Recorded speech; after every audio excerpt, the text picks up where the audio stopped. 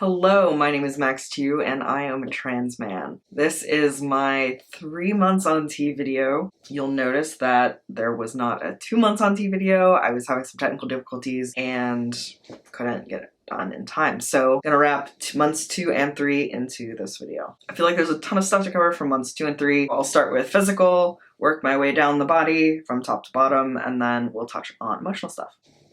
So let's get started. Starting at the top with my head, skin. So acne and my facial skin. About halfway through my second month, the oiliness of my skin started to die down, so it's not nearly as oily as it used to be. Less like outright acne. I've not been doing as great with my skincare routine, so it's a little rougher is the best I can say it. Not like a ton of pimples, but just like raised bumps that I can feel when I touch my face. I need to use a lot more moisturizer that I've noticed now that the air is drier. And again, before tea, I had zero skincare routines, so all of this pretty much is new for me. The other cool thing on my face is hair. So I don't know if y'all can tell, my mustache is definitely like there. It probably doesn't really come across on camera, but I've got a little bit of hair here. It's pretty exciting. My chin is getting like a little stragglier. There's like a couple hairs coming in. And I'll insert a picture of this because it definitely doesn't come across on camera, but a friend saw some hair coming in on my neck as well. Things are definitely developing. Nothing really visible that much other than my mustache. At least that would come across on camera. But for me, this is super encouraging. I feel like I'm already getting hair in places on my face that I didn't expect. My dad being Chinese, he doesn't have much facial hair, and I feel like I'm already getting it in a couple spots that he doesn't. So I'm pretty excited about that. The other big changes with my head are around my chin and my jawline. So you can see it a little bit more clearly in this photo here. My chin juts out a lot more and my jawline has definitely filled out. It's much more angular than it was before. Not terribly angular, but just a lot stronger with the lines and everything. Also in this general area is my voice. If you watched my last video, my voice is probably significantly deeper. I'm gonna put in my voice comparison for months 2 and 3 here. My name is Max, and this is my voice on day 1 of testosterone. My name is Max, and this is my voice 2 months on testosterone. My name is Max, and this is my voice 3 months on testosterone. So yeah, I feel like it's been steadily dropping. Definitely my voice sits lower and there's much more vibration in my chest. Through some different like vocal technique, I feel like I'm getting an understanding of like being able to lower my larynx. I'm really happy with what my voice is doing at only 3 months on T. It feels a lot lower than it could be. So that's exciting. I do notice that if I'm like talking a lot with someone I'm very comfortable with, I guess I lose the mental track of my voice, that like the constant gauge of how I'm holding my voice. And so it does get like, I think a baseline a little bit higher. I think that's really interesting to note. Even though my voice currently sounds like this on this video, it might sound a little higher if I'm not constantly keeping track of it. But yeah, overall, really happy with the voice. Continuing down my shoulders and arms. My shoulders are definitely filling out more. I mentioned in the last video, I do some light lifting. Hasn't been for the last couple weeks because I've been traveling and recovering from traveling. But yeah, I've definitely noticed that I fill out t-shirts and like jerseys a bit better than I used to. Similarly, like with arms and stuff, they just get stronger faster. And I think these are the sort of consistent things that I've noticed across my body on T. Generally, weight is a little easier to lose and muscle is a little easier to gain compared to pre-T. I could be putting in X amount of effort on X amount of days and results happen just a lot faster now than they used to, which also great. But also on my arms, and really the whole body, is hair. Before T, I had hair on my arms, but it was very light and faint, and so it's getting thicker and darker and longer. But really, there's more hair growing in so many different places. That I think has probably been the biggest change in months 2 and 3. It's growing on my chest, which is great. I feel like I'm winning the genetic lottery in that being mixed Chinese and white, I did not really expect much chest hair, but evidently some of those white genes are kicking in, and I've got like new baby hairs, just baby, very light, very faint hairs growing pretty much all in this general area on my chest, including on the chest, as well as on my stomach. Can't really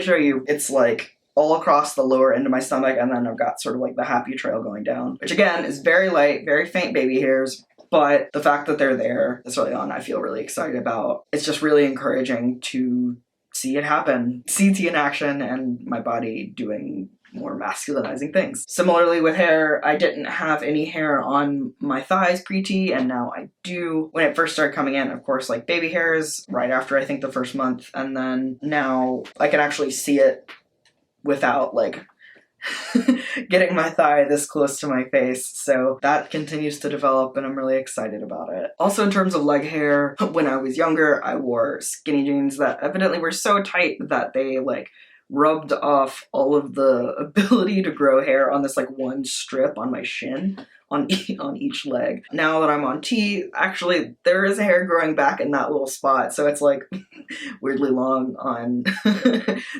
either side of those strips on my legs, but it's really encouraging that is growing back, because otherwise it just kind of looks weird.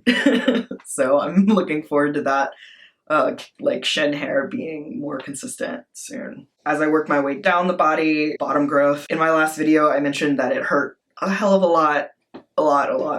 Thankfully, about halfway through my second month, that pain started to die down. Dear God, is that so much appreciated, because it was constant. But it died down in terms of pain to the point that I could actually go for a bike ride again, which I really appreciate, because there's nothing like being on a bike. That's not to say that growth has slowed down. Like, the growth is definitely still happening. I've seen a big change in months 2 and 3 in terms of the size of stuff down there, but it's just a little less painful. Pain still happens, but it's in much shorter duration and much less intensity. It's not like, oh God, I can't focus on anything that I'm doing because I'm in so much pain. It's just, this is uncomfortable. Let me reposition my body. Sort of going along with bottom growth, libido has also increased. Not too much to say about that. I think in my first video I mentioned it really hadn't changed, and now it has. Working down to my feet, I think my feet are actually getting a little bigger. I've heard like mixed reports on whether or not like feet getting bigger happens to different guys. My regular favorite pair of like tennis shoes are a little tighter than they used to be. I used to just be able to like slip in, and now it's much more of an effort to like get them on and stuff. So I think my feet are getting bigger, which is interesting. Hopefully not too big, so I still fit in all my shoes, but yeah, that's interesting. So just some other general physical stuff related to my shots, actually. I forgot to mention this in my first video, but basically I started getting rashes at my injection site about week 4 or 5. And I was pretty surprised that it kicked in at that point. I mean, I've been doing this for a few weeks now, what's going on? But definitely at my injection site, I would get these like big raised welts, and it would be really, really itchy all the time. And it was a little concerning. I'm like, oh God, am I allergic to my tea? Like that's terrifying. That's a terrifying thought, because this is the best thing that's ever happened to me. So I did a bunch of research, and I think the advice I got was from a video by Jackson Bird. And what I've gathered basically, and from talking with my primary care provider, is that it's probably just my skin having a reaction to the oil or like what the tea is suspended in. So what I've done to alleviate this pain and itching, the first thing being that I stopped using Band-Aids, which I was really bummed about, because when I started tea, I bought a bunch of really cool Band-Aids. Like I got a box of Marvel, like Avengers Band-Aids, and then I got a box of like unicorns and rainbows and stuff, because that is fun. Who doesn't want more unicorns in their life? Yeah, I had to stop using the Band-Aids because it was clear that I would get a bit more of the raise reaction on the place where the adhesive was on the Band-Aid. The tip that I got from Jackson Bird was, after I inject, take a cotton ball and just sort of like rub it and massage it on the area where I inject for a long time. Like way longer than you would feel is necessary. Just like sitting there sort of rubbing my stomach with a cotton ball for like 3 to 5 minutes. It's worked pretty much, which has been really great. Every now and again, I'll still get like a tiny raised bit that itches a little bit, but it isn't nearly as bad. This was important for me to sort of figure out, because I really definitely want to be doing my injections sub-Q and on my stomach. And I've got a lot of fat on my stomach, so it is convenient. So I'm really, really grateful. I know a few friends that have had a similar experience in terms of doing sub-Q shots and having a reaction with the stomach skin just generally being more sensitive than I think a lot of other places. Grateful to have that worked out. Also with my shots and just generally like early on T-ness, my first couple of months I could really sense the waves of testosterone in my body on shot day, and the days, like the couple days following, my T levels would be higher because my face would get greasy or my voice would be deeper. Maybe I'd be warmer and hungrier. Basically I could feel that my T levels were high, and then throughout the rest of the week I could feel as well that when they were in their troughs I might be a little more lethargic the day before my shot. As of like halfway through the second month, that is no longer really an issue. And I definitely see why, you know, the standard mark for like getting your T levels measured is after the 3-month mark, because definitely it is now much more even. I don't feel those sort of peaks and valleys nearly as much as I used to. So it's a much more just consistent, like, this is the experience that I've lived. Similarly, my most recent shot, the day before my 3-month mark on T, I forgot to take. All the way up until this point, my sort of life every week has revolved around the shot. I'm just so excited, like, for shot day. Can't wait to continue giving my body what it needs and doing all of this. But I forgot until I had already started work. It just felt kind of like a milestone of like, wow, this is becoming just a part of my normal life now. And it's not that it's really any less exciting, maybe a little bit, and maybe I'm a little more used to it. Just sort of glad to be living this as part of the life, you know? One more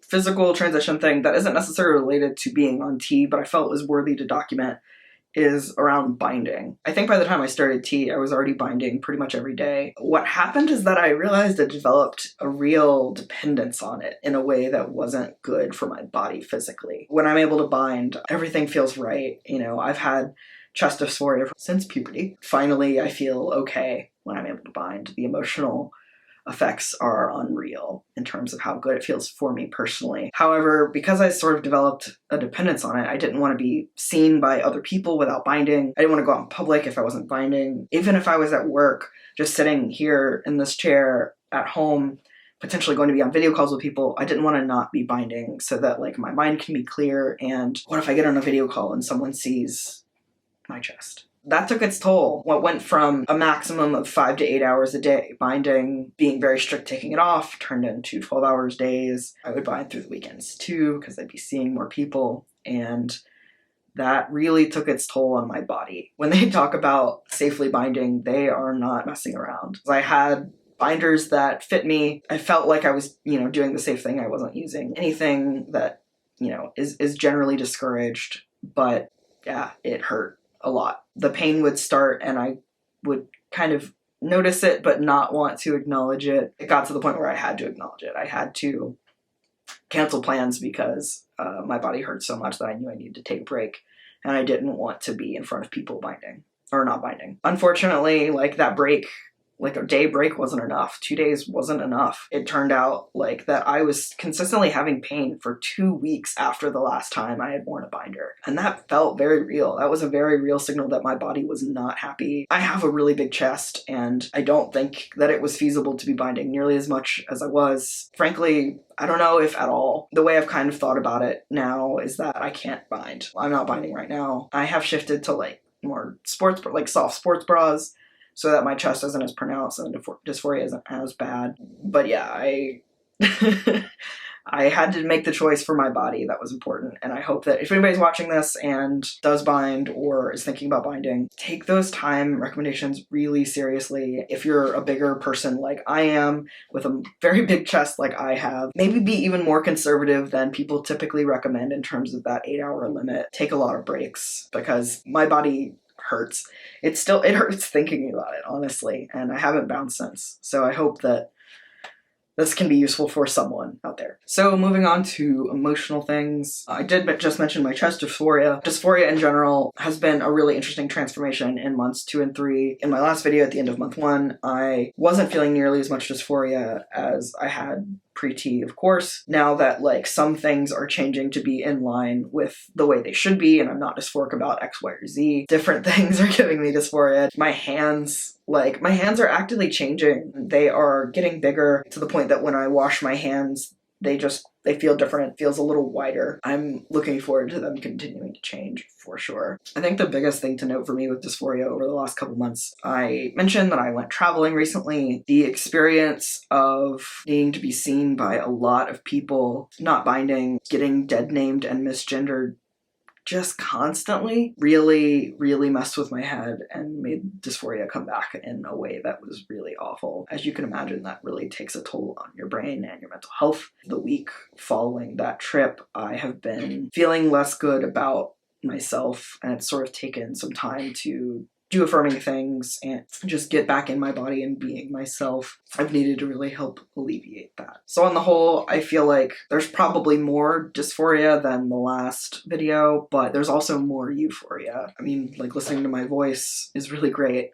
Feels really good. I had a moment recently where I saw like my reflection in a window out and about and was like, wow, that looks like a dude. While like body recomposition certainly isn't to the point where I definitely look like a dude in all situations, with the right clothes, I can feel really good. I look like myself. Other emotional things, I've been a little more stressed, maybe not quite riding the same high that I was at the end of my first month. Mentally, I haven't gone to as terrible of a place as I might have pre-T. Like my lows haven't been quite as lower. My emotions feel like a little bit more muted, which is something I'm really paying attention to and exploring. I don't know if that's necessarily T or T and my antidepressants or just, you know, the state of my life maybe that I'm in right now. That's some interesting things to note, but definitely not conclusive and certainly not necessarily completely tied to my transition. Similarly, emotionally, crying is an interesting one. I had an experience where a few weeks ago I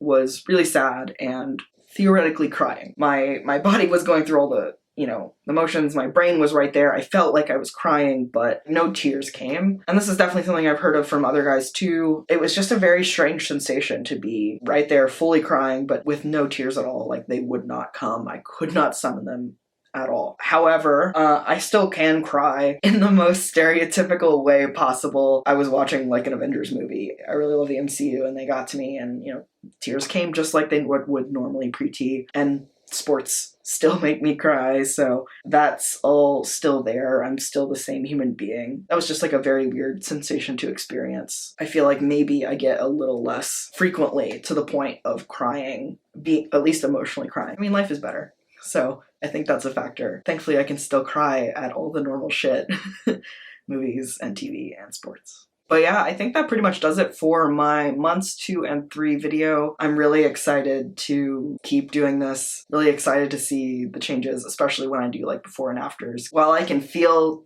differences in my body or my face as they happen, it still feels very slow. It's really nice to sort of see comparisons and know that my body and my face and everything is going in the right direction. I hope y'all are doing well. I really appreciate the comments that I got in the last video. Some really nice things were said. If anybody has questions, please feel free to leave me a comment. I would love to chat with you about my transition, your transition, anything at all. Thanks so much. Hopefully I will have no more technical difficulties, and I will see you in a month for my 4-month update. Cheers.